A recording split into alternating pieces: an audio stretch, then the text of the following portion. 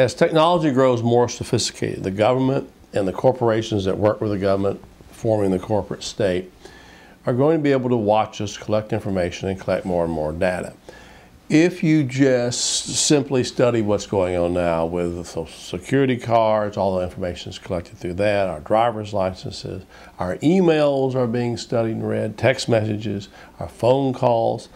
Data corporations are collecting all kinds of information that go into files. The government can access that, the police, FBI agents. If you happen to make the wrong statement on a text message, there is a good chance that you might be on a government file somewhere.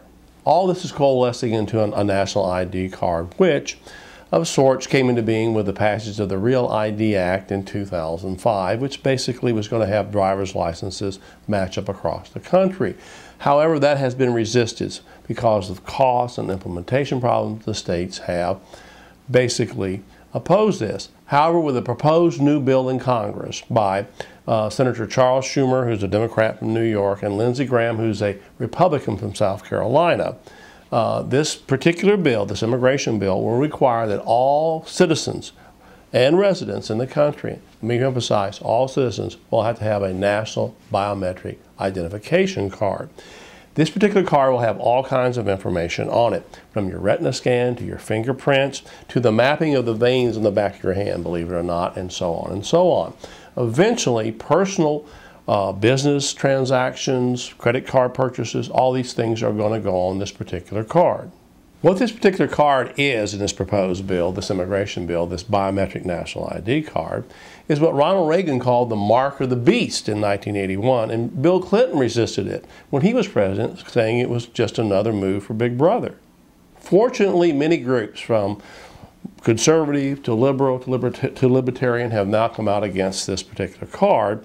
In fact, the Rutherford Institute with the American Civil Liberties Union, the ACLU, and a number of groups have come out, and we've written a letter to Congress, to various committees, the House Judiciary Committee, to the Senate, to the White House, putting President Obama on notice, who's basically been making intonations that he's behind this particular bill. We're raising some real serious problems with this. And here's what the letter says in part. A national ID card would not only violate privacy by helping to consolidate data and facilitate tracking of individuals, it would bring government into the very center of our lives by serving as a government permission slip needed by everyone in order to work. As happened with Social Security card decades ago, use of such ID cards will quickly spread and be used for other purposes, from travel to voting to gun ownership. In other words, this biometric national ID card would be the ultimate tracking device. And despite what you might hear from Congress and whatever saying there will be no databases with this, in order for this card to be effective, there will have to be huge databases, again, by the government and the corporations that work with the government to collect information on American citizens. Another provision that's very troublesome with this bill and the biometric national ID card is that all employers will be required to buy scanning devices where they'll scan everyone that applies for a job so they can collect information. If they do not get this particular scanning device, they will face substantial fines. In other words, not only will you be required to have the card, but employers will be fined if they don't have scanning devices to be checking up on you. Again, this information that employers will collect off your biometric card will be accessible to police and government agencies. The point is, ladies and gentlemen, this is not sci-fi. Reality is upon us. And this is something that's been talked about from the days of old. Remember, Ronald Reagan called it the mark of the beast? Well, where did he get that? He got that from the book of Revelation.